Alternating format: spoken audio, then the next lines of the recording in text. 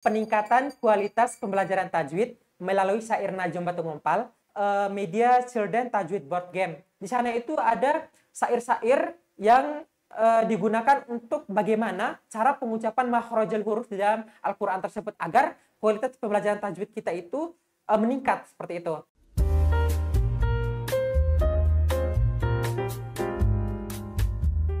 Senang sekali pada kesempatan kali ini Kalibratif kedatangan narasumber yang luar biasa, sangat aktif di bangku perkuliahan, perlombaan, bahkan organisasi-organisasi kemahasiswaan. Kita sambut Mas Arman ya, Nggih. betul ya? Nggih, benar. Oke.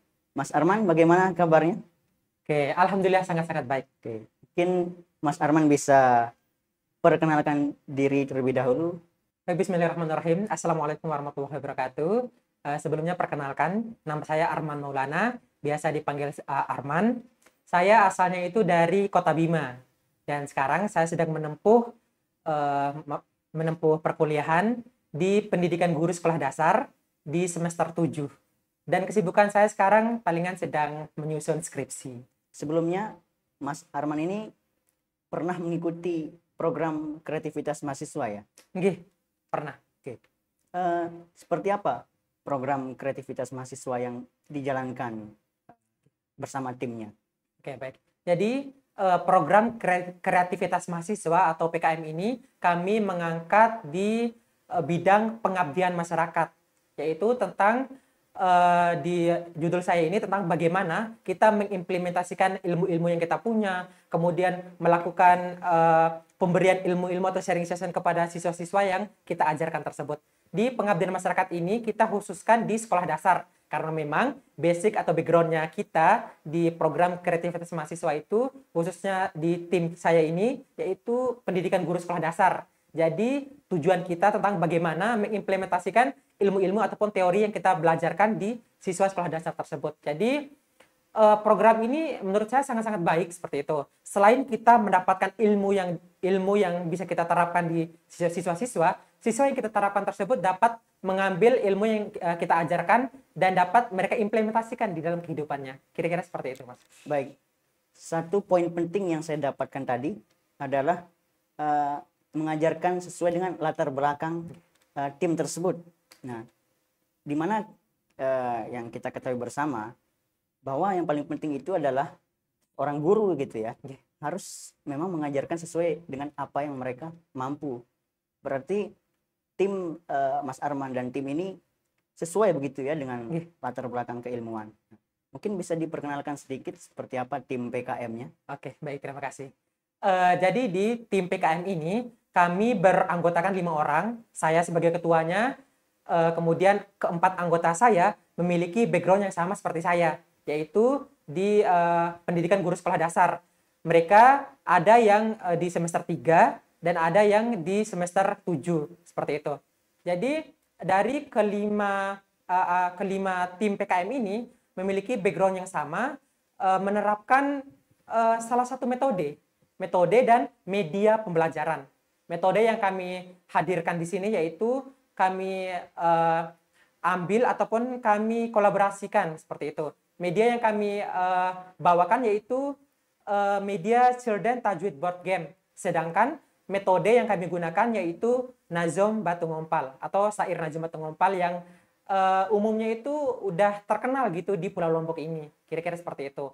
Kemudian dari anggota kami ini alhamdulillahnya ada hafizah yang udah menyelesaikan 30 juz. Jadi sangat-sangat sesuai bila penerapan peningkatan kualitas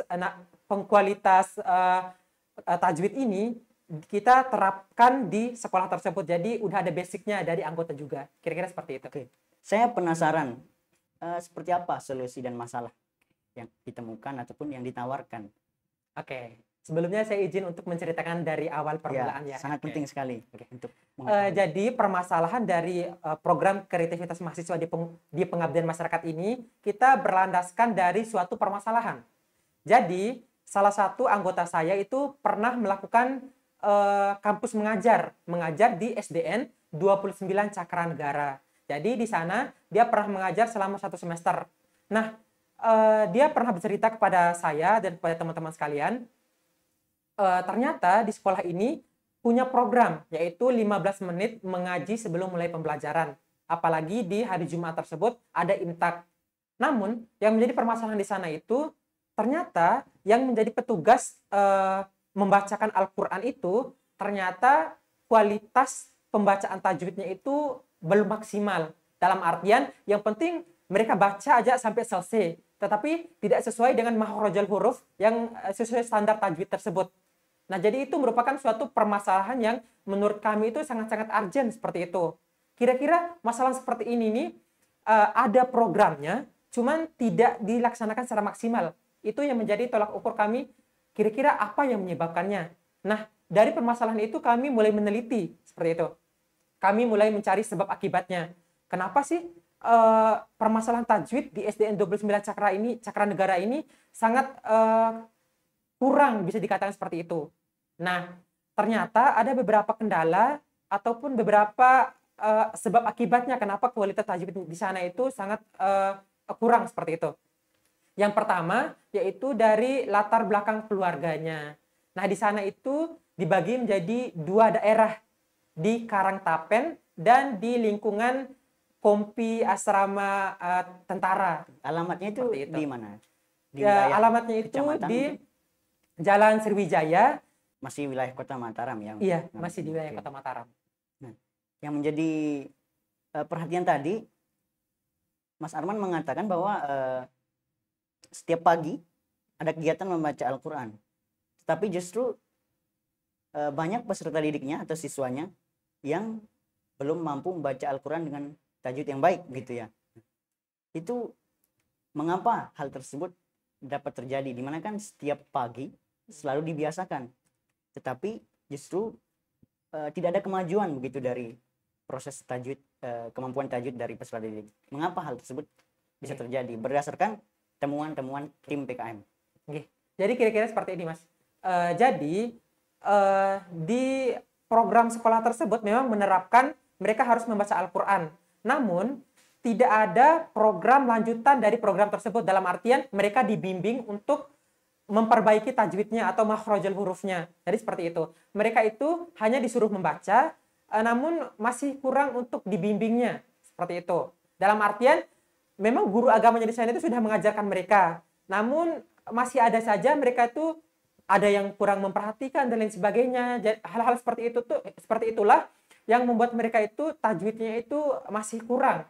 Dalam artian belum ada inovasi berupa media yang menarik mungkin atau metode seperti apa. Belum ada cara seperti itu untuk meningkatkan kualitas pembelajaran tajwidnya. Jadi mereka hanya sebatas menuntaskan kewajibannya sebagai petugas di depan untuk memimpin bacaan Al-Quran. Kira-kira seperti itu sih. Oke, ini sangat berkaitan sekali dengan filosofi pendidikan dari Ki Hajar Dewantara, yang dimana guru itu memang harus benar-benar mampu membimbing peserta didik tersebut. Terlepas dari pastilah kemampuan guru sudah tidak kita ragukan lagi. Ya. Tapi bagaimana proses pembimbingan dan inovasinya yang menjadi poin utama ya? Oke. Kegiatan kita ini terbagi menjadi 3 bagian, yaitu tahap menemukan permasalahannya. Menemukan permasalahan, kemudian yang kedua yaitu melakukan sosialisasi ataupun pemberian kejelasan kepada mitra kami itu, baik dari pihak sekolah maupun dari siswanya. Kemudian yang terakhir yaitu kemudian di bagian sosialisasi itu langsung kita setelah sosialisasi kita penerapan dari program kita, baik penerapan dari media, penerapan dari metode yang kita gunakan, dan di tahap akhir yaitu di bagian terakhir itu kita melaksanakan post-test. Nah, post-test tersebut untuk bahan evaluasi kita, apakah program kita ini sudah berjalan ataupun belum. Nah, saya akan menceritakan bagaimana tahapan-tahapan yang sudah saya jelaskan tadi. Jadi di tahapan awal yaitu menemukan permasalahan. Permasalahan seperti yang saya jelaskan tadi, yaitu berdasarkan kita wawancarai guru agamanya itu kualitas pembelajaran tajwid di sana itu masih sekitar 90% itu masih kurang. Wow, 90% ya? Iya, 90%. Tinggi juga ya. Karena permasalahan di sana itu memang kurang kontrol dari orang tuanya. Nah, di sana itu kebanyakan siswa itu tinggal dengan kakek neneknya. Wah, ini Kemudian temuan yang menarik ya. iya, kemudian ada anak-anak yang memang anak dari tentara juga. Jadi kebanyakan di sana itu sudah memiliki smartphone ataupun gadget ataupun HP. Jadi ketika disuruh memilih antara mengaji di sore harinya dengan bermain game itu, mereka lebih memilih bermain game. Seperti itu. Maka dari itulah kita membuat media ini berbasis objektif langsung gitu tanpa menggunakan gadget dan lain sebagainya. Karena ketika kita menggunakan berbasis media gadget dan lain sebagainya, mereka itu lebih fokus ke permainan yang lainnya, bukan dari media yang kita gunakan. Maka dari itu kita sangat yakin untuk menerapkan media dan metode yang kita gunakan itu. Kemudian yang selanjutnya yaitu tahap sosialisasi ataupun penjelasan ke mitranya itu. Jadi setelah kita melaksanakan pelaporan dan lain sebagainya, kita yaitu memberikan sosialisasi baik dari untuk guru dan untuk siswanya, yaitu apa sih program kita ini, karena kebetulan program ini itu pertama kali dilaksanakan di sekolah itu. Mereka pertama kali mendapatkan mitra yang seperti ini. Jadi seperti itu. Jadi awalnya kita menjelaskan apa itu program kreativitas mahasiswa, pengabdian masyarakat, kemudian rencana keberlangsungan kita itu seperti apa, kemudian output akhirnya seperti apa, seperti itu. Setelah gurunya paham, baru bisa kita penjelasan ke para siswa-siswinya. Nah, di siswa-siswinya ini lumayan agak menantang seperti itu. Karena butuh penyesuaian kata-kata juga karena ke siswa-siswi itu. Apalagi itu. Tingkatan sekolah dasar ya, Iya, benar. di mana sedang aktif-aktifnya bermain. Nah, Iya, benar. bagaimana tim Mas Arman mengatasi hal tersebut gitu? Oke. Jadi di pendidikan guru sekolah dasar pun kita diajarkan untuk mendapatkan perhatian siswa. Dalam artian kita menggunakan ice breaking. Jadi di sela-sela ketika mereka bingung dengan materi yang kita gunakan, kita akan melakukan ice breaking untuk menyegarkan kembali otak mereka, menyegarkan kembali kemampuan mereka dan lebih fokus ke kita. Contohnya ketika kita menerapkan metode kita mungkin terlalu lama kita, karena fokusnya siswa itu palingan 5 menit ataupun 3 menit itu sudah buyar kembali. Nah, itu kita melakukan ice breaking. Ada tepukan ice breakingnya, tepukan penyemangatnya, kemudian game-game lainnya agar mereka itu mulai fokus kembali ke kita. Kira-kira seperti itu sih caranya. Saya tertarik dengan yang dikatakan Mas Arman tadi terkait dengan solusinya, yaitu ada syair dan media. Dan medianya. Oke, syair ini sebagai metode begitu ya?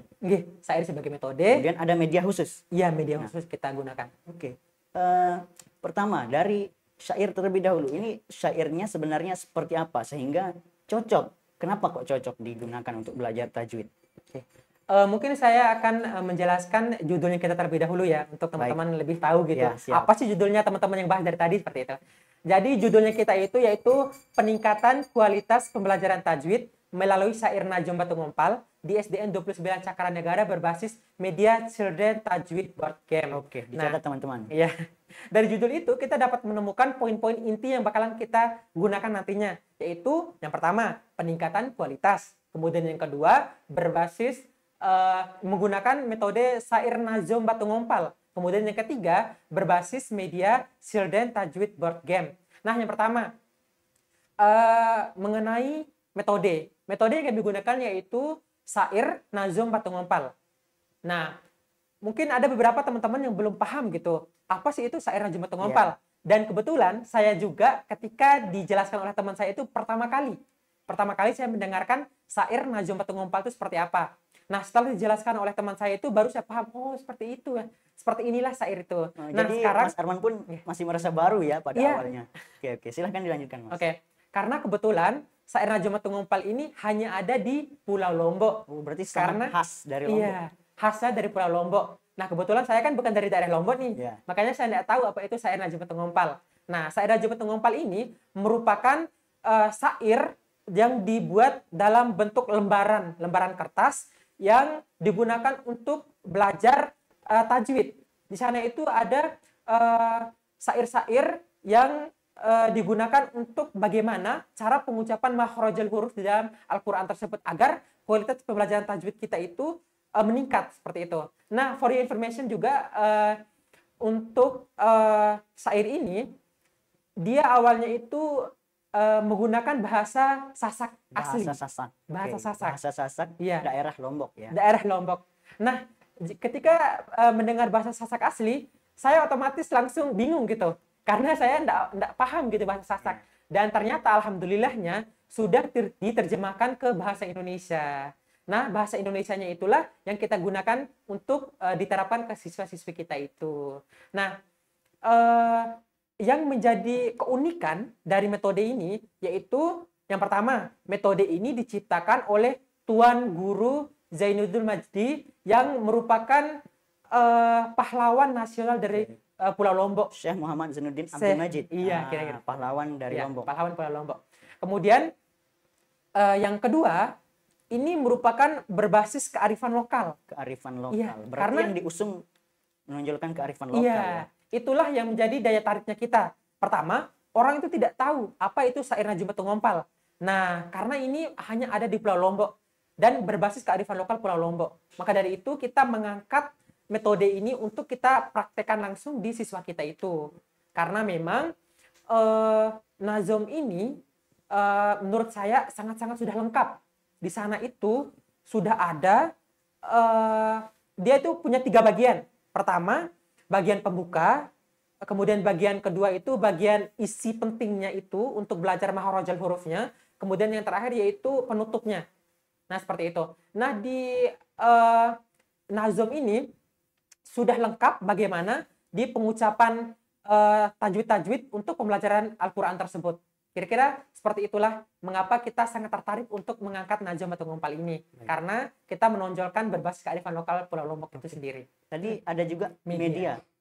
Seperti apa medianya dan apakah tim tidak kesulitan dalam mengintegrasikan metode dan media kemudian diterapkan di anak yang notabene masih aktif ya, sangat aktif gitu. Seperti apa itu, Mas? Oke, terima kasih. Jadi solusi yang kedua yaitu kita menggunakan berbasis media Children Tajwid Board Game. Bahasa Indonesianya itu papan game anak. Kira-kira seperti itu. Cuman dibuat kreatif gitu ya. Iya.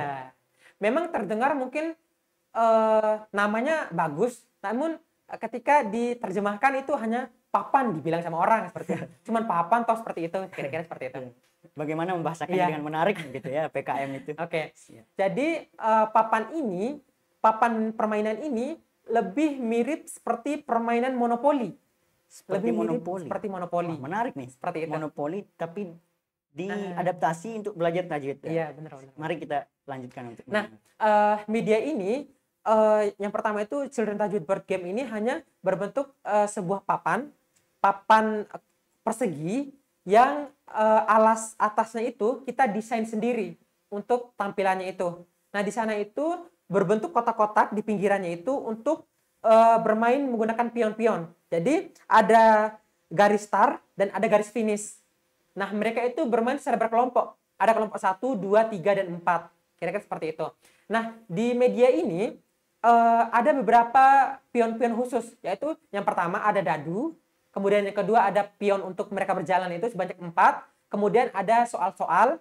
Ada punishment-nya. Kemudian ada baca, soal yang harus mereka baca. Dan yang terakhir yaitu untuk mereka di soal bacanya itu memang dikhususkan hanya Al-Quran, ayat Al-Quran. Khusus Al-Quran. Iya. Kemudian isi untuk di soal itu berisi tajwid-tajwid. Seperti itu. Nah, di contoh nanti akan ditunjukkan seperti apa kira-kira bentuk dari kartu-kartu itu. Seperti itu. Yang menjadi mungkin teman-teman juga penasaran ya. Tajwid itu kan banyak ya. Materinya ataupun hukum-hukum bacaannya. Nah, sejauh mana bacaan tajwid itu diterapkan di media itu ataupun metode? Sejauh mana tajwid, hukum bacaan tajwidnya? Jadi memang kita sadar gitu, penerapan kita ini mungkin hanya sekitaran 1 semester atau kurang lebih 4 bulan mungkin kemarin. 4 bulan ya, 4 bulan. sesuai dengan PKM. Nah, kita melakukan pembahasan seperti itu. Kira-kira agar lebih maksimal dan lebih bagusnya program kita ini, kira-kira apa saja materi-materi yang harus kita pergunakan seperti itu. Nah, jadi ada beberapa pembahasan yang kita bawa di program kita ini itu hanya di pengenalan dan cara mengeluarkan suara-suara mengenai tajwid itu. Nah, contohnya kayak misalnya Ikhfa Safawi, apa aja hurufnya, kemudian cara penyebutan seperti apa. Kira-kira seperti itu. Nah, memang tidak secara menyeluruh, kita jadi beberapa bagian. Jadi misalnya ada 8 tajwid, kira-kira di minggu ini kita hanya belajarkan 3 tajwid aja. 3 tajwid, atau enggak 2 tajwid aja dulu, agar lebih maksimal. Kemudian minggu berikutnya sisa-sisanya, kira-kira seperti itu. Nah, cara kita membagi itu untuk lebih maksimal, kita di masing-masing kelompok itu sudah terjadwalkan. Ada yang membagikan materi, ada yang mengkondisikan ruangan atau mengkondisikan siswa-siswi itu, dan ada yang fokus ke medianya, kira-kira seperti itu. Kemarin itu alhamdulillahnya dari ke-8 tajwid yang kita ingin tampilkan ke siswa tersebut sudah terlaksana semuanya, kira-kira seperti itu. Nah, untuk bagaimana sih kemarin itu kita bisa mengetahui sejauh mana tajwid tersebut sudah terlaksana, kira-kira seperti itu. Untuk diterapkan di peserta didik gitu. Iya, seperti itu. Jadi awalnya itu pada tahap sosialisasi itu kita melakukan pretest. Nah, di pretest itu ada beberapa patokan yang kita gunakan, yaitu pengetahuan dan keterampilan. Pengetahuan itu kita di soalnya itu kita tanyakan kayak apa arti dari tajwid. Kemudian apakah Ikhfa Safawi itu? Kira-kira seperti itu. Apakah nun sukun dan lain sebagainya, kira-kira seperti itu. Kemudian di tahap keterampilan kita itu menguji mereka. Kira-kira mereka itu bisa nggak ya membaca Al-Qur'an minimal di 1 ayatnya dulu, 1 ayat, kira-kira seperti itu. Nah, setelah kita temukan ternyata pengetahuan mereka itu masih sangat-sangat kurang. Hanya ditanyakan tajwid itu artinya apa, masih banyak yang bilang jawabnya tidak tahu dan ya. Membaca Al-Qur'an itu jawabannya. Kemudian di keterampilan dari 1 ayat tersebut di pretestnya itu masih ada 8 sampai 10 kali kesalahan. 8 sampai 10 kali kesalahan. Cukup tinggi juga. Kenapa kita bisa bilang program kita sudah berjalan secara alhamdulillah maksimal seperti itu?